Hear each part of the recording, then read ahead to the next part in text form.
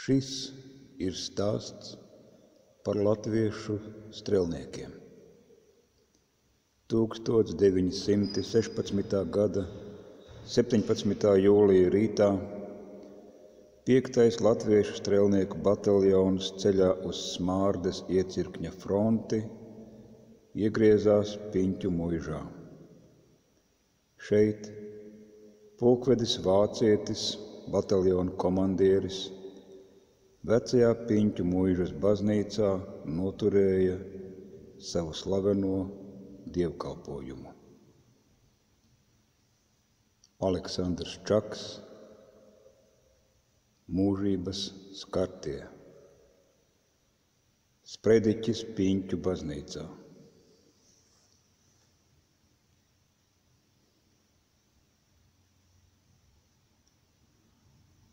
Vecā, mazā Piņķu dievnamā nav nekad tāds dievkalpojums bijis. Tāds kā šodien.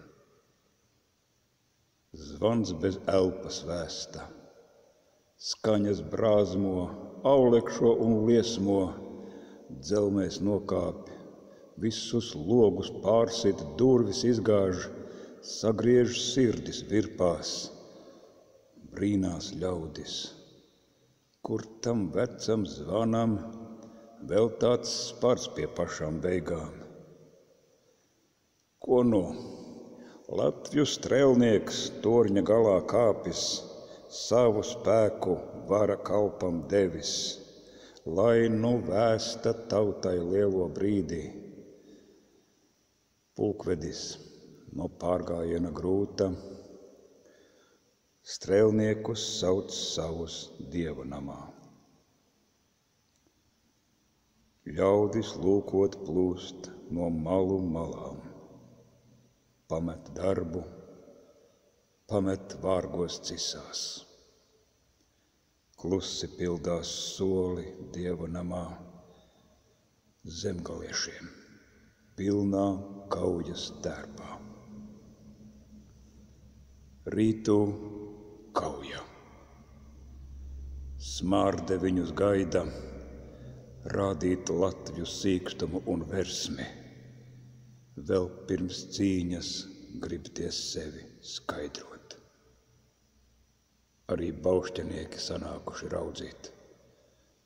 Tiem aiz pleca Katrīna muižas elle. Jūlijas 6., 7. un baigais. Skumji ērģelis dūts pāri galvām. Virsnieks Lukašs luktā kāpis spēlē. Sejā smaids un apņemšanās svēta. Ko viņš piemin? Kritušos vai dzīvos? Varbūt tautu nāves postā grūsto. Skaņas dūdo, svinīgas un maigas. It kā simtiem neredzamu dūju sapņotu te baznīcā zem velvēm.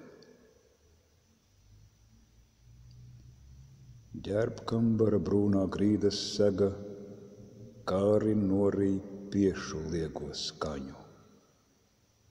Zemgaliešu pulkvedis, kā briedis spailēs dzīts no kakta kaktā triecas. Sprediķis tam pirmo reizi mūžā, šodien sakāms saviem paša zēniem, zemgaliešiem, trakiem kaujas vilkiem, dzeloņu kodējiem un granātu sviežiem, pašiem pirmiem tīreļpurva bultām, kas pat saulē nesabaidās iespļaut tieši acīs, ja tā kļūst par liesu. Īsi nočīkst ģērbkambara durvis, ienāk Lerhe, adjutants. Vīrs stāvā tāds kā krāsns, ar smagu dūri kaujā. Pulkvedi, jūs zemgalieši gaida. Dziesma sākta, kādu pavēlējāt. Un kad dziesma rupjām balsīm pusē, kurā teikta kunga žēlastība, pulkvedis no ģērbkambara iznāk, kancelē kāpj lēniem, stingriem soļiem. Čīkst zem viņa rieksta koka trepes, piešu sanoņu un kāpju trīsas, paķer gaiss un aiznes dievam rādīt. Satraukts pulkvedis, līp mati pierei, lūpas sausas, trakas vēlmes skartas, grūti kāptas, dvēsele vēl šaubās, trīc kā putns, kā smilga vēja celta. Ko tam sacīt savai kara draudzei, saviem kvēliem zemgaliešu vīriem, kādus vārdus vēl pirms kaujas bilst tiem. Varbūt puse rīt jau nebūs dzīva, tikai viņu dvēseles, kā pūkas, maldīsies virs purva sūrā gaisa. Garo elpas, garo drēbēs miesa, nāve paslēpusies durkļu galos, zābaki ar trānu sauli pilda, un nekad vēl pulkvedis nav jutis savu garu tādās dzelmēs grimstam. Kāp viņš lēnām, jūt kāds milzīgs pretspēks, spiež uz leju viņa druknos plecus. Jūt viņš visa ilgā vergu tumsa, viņam vienam tagad virsū gulstas, tikai acis. Kara draudzes acis ceļ tam spēkus augšup, gaismai pretīm, it kā katrā viņa solī slēptos kaut kas dārgs un elpai valgmi sniedzošs. Un tad stāv viņš kancelē virs visiem, it kā mūžam likts jau tur no gala. Pierē plaisa, lūpās visi mūži, abās rokās divas karstas dūres, zobens likts pie altāra kā krusts tam. Stāv viņš celts virs savas draudzes galvām, karogs kulpošs šūts no viņu elpas, visas tautas sabiezētās ilgas, siržu naids un sāpes kopā šūtas, stāv kā rēkstas, miesā sviedriem klājas, savām acīm dedzīgām un karstām, redz viņš velvju izrobotos logos, Latviju zemi kūpam sev pie kājām, mākoņus no pieres skūpstam sviedrus. Un viņš jūt kāds dīvains smeldzošs siltums, tā kā kaisla sārtu rožu smarža, velvēm cauri neredzami elpo. Plūst uz viņu, plūst un kāpj caur audiem, karstiem viļņiem, reibinošu tvanu, plūst no dūktīm, akmeņiem un putniem, zvēru elpām, lopu valgiem purniem, plūst no miesām, kas jau sen zem zemes, un no tiem, kas tikai te vēl dzīvos. Atņem viņam visu seno vārgmi, dvēsele kļūst atkal karsta sēkla. Spējais karstums, kas pār sirdi nācis, pasit galvas sāņus uz to vietu, kur virs altāra blāv svētā glezna. Un tad jūt viņš stars, kāds sadzeļ domas, pāršķeļ šaubas, īgnumu un sāpes, iemet stāvu bezgalības šūpās, mirdzošs gaišums apņem viņu visu, paceļ rokas pāri saules kausam, iedob kājas līdz pat zemes serdei. Tagad zin, ko teikt viņš kara draudzei. Asinis uz mēles top par vārdiem, stājas rindās, ceļas lielos pulkos. Zemgalieši, lūkojiet šo gleznu, svēto gleznu velvju iedobumā. Kristus tur virs ūdeņiem kā smiltīm iet un negrimst tāpēc, ka viņš tic sev, savam garam, darbam, ko viņš dara. Ticiet jūs un arī nenogrimsiet.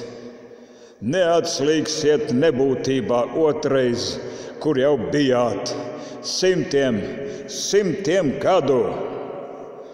Savam spēkam zemgalieši ticiet, savam naidam, savai izturībai, savām tiesībām un slēptai laimei.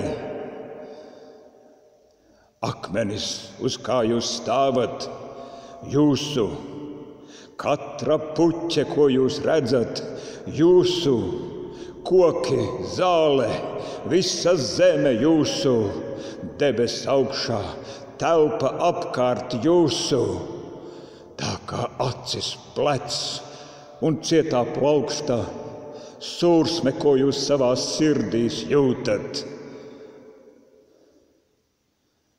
Tikai ticiet, zemgaliešu vīri, tad ir nāve, nebūs vairs par grūtu.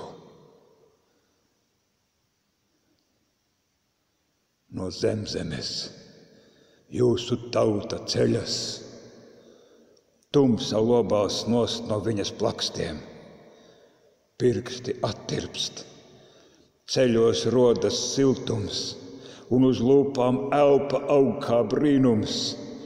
Irdnes druskas matos kļūst par gaismu, krūtis izdzer pasauli kā olu. Delnas, kur uz mūžiem bija gūlies, visu darbu saredzējis smagums, tagad ceļas līdzi putniem saulē. No zemzemes jūsu tauta ceļas, bet bez asinīm tai neuzcelties. Jūsu asinīm un jūsu kvēles, tas ir zieds, kas viņas sirdi glabās. Stiprums lielais, kas to kopā turēs. Vienmēr, mūžos.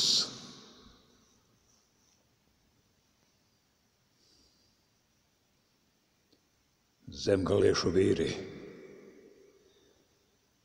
rītu kauja. Atkal. Bet jūs zinat, cīņā iet ir brīvu vīru daļa.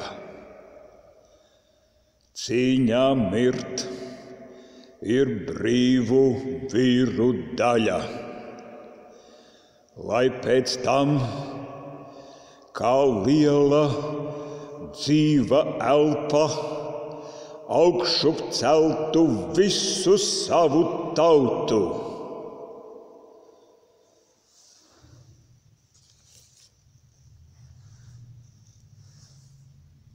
Runa galā.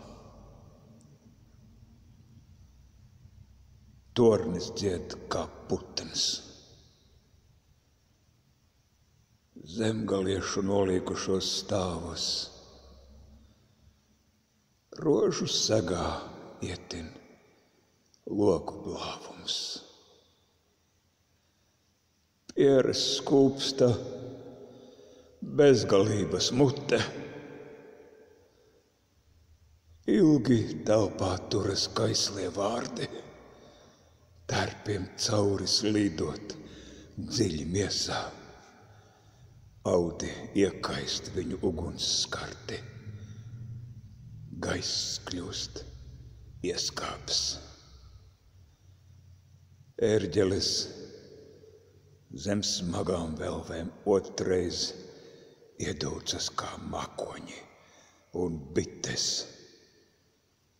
Siržu karstums logos skaņi sitas, sāpju smagums viegls kļūst kā sodreiz.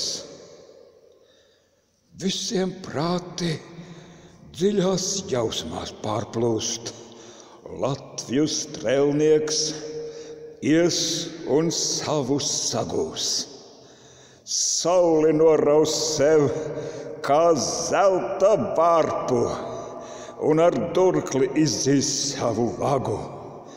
Izies laukā un ar stingru roku palēksies un iesilpojies pakamps. Debes velvi sev par zirga loku, makoņus par jaunām košām sakām. Paņems pasauli kā arklu rokās. Lemes nozibēs līdz bezgalībai. Tikai tas, kas dzimis lielās mokās, pieder mīlestībai.